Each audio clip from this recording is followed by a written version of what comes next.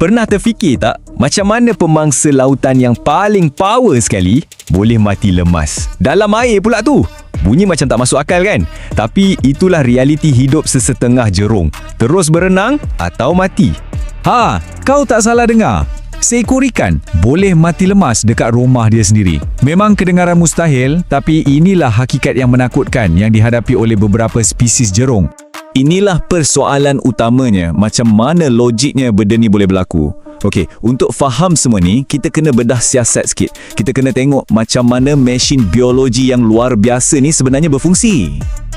Bagi sesetengah jurung, hidup ni macam satu perlumbaan tanpa garisan penamat. Berhenti memang tak ada dalam kamus. Sebabnya, berhenti itu adalah penentu antara hidup dengan mati. Okey, asas dia senang je. Macam kita perlukan paru-paru untuk sedut oksigen dari udara. Jerung pula perlukan insang.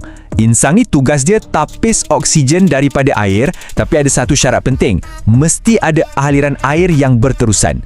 Tak ada aliran air, tak adalah oksigen. Simple. Tapi, yang menariknya bukan semua jerung dapatkan aliran air ni dengan cara yang sama.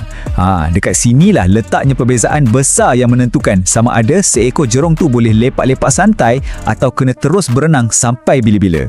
Okey, ada dua cara utama diorang bernafas. Pertama, pam bukal. Senang cerita, jerung ni guna otot pipi dia untuk sedut air masuk dan tolak ke insang. Disebabkan tu, dia boleh rehat. Cara kedua pula, ventilasi rem. Yang ni lagi simple. Dia cuma perlu berenang dengan mulut terbuka dan kelajuan tu sendiri akan paksa air masuk. Nampak kan beza dia? Satu boleh rehat, satu lagi kena sentiasa bergerak. Contoh paling sengang untuk pam bukal ni ialah jerung jururawat atau nurse shark. Kalau korang pernah pergi akuarium, mesti pernah nampak jerung ni relax je terbaring kat dasar. Inilah sebabnya. Dia boleh pump air sendiri, jadi tak payah susah-susah nak berenang 24 jam. Sebaliknya, kita ada geng-geng superstar macam jerung pupih dan jerung mako. Dorang ni lah pengguna tegar ventilasi ram. Bagi dorang, berenang tu bukan setakat nak cari makan je, tapi untuk bernafas. Setiap detik, setiap masa, non-stop. So, cara evolusi yang berbeza ni dah macam tentukan takdir pemangsa-pemangsa ni.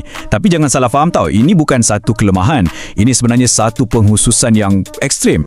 Mesti korang tertanya-tanya, kenapa diorang guna cara yang nampak berisiko ni? Sebab badan diorang memang dah direka khas untuk kelajuan. Bentuk macam torpedo tu bukan saja-saja tau.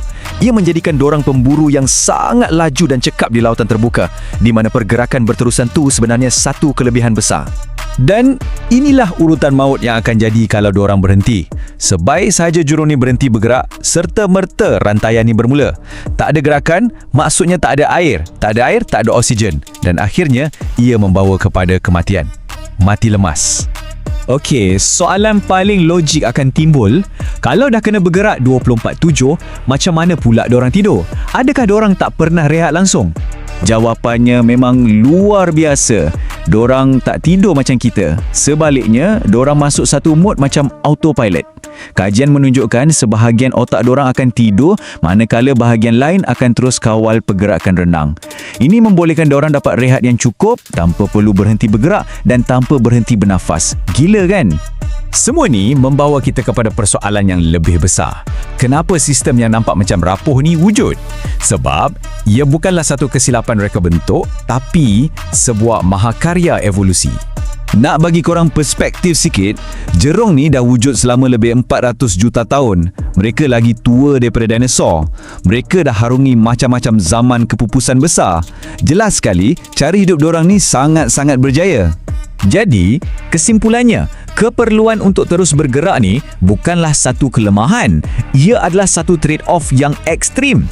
Dorang korbankan keupayaan untuk berehat demi menjadi pemburu paling laju dan paling cekap di lautan terbuka. Ayat ni betul-betul merumuskan realiti hidup dorang dengan sempurna. Pergerakan adalah kehidupan, manakala pegun pula adalah kematian. Ia semudah itu. Dan serumit itu pada masa yang sama. Fakta ni memang gila kan? Dan ini baru satu je tau. Kalau korang fikir ini dah cukup pelik, tunggu sampai korang dengar kisah jerung yang seterusnya. Ada lagi yang lebih gempak menanti.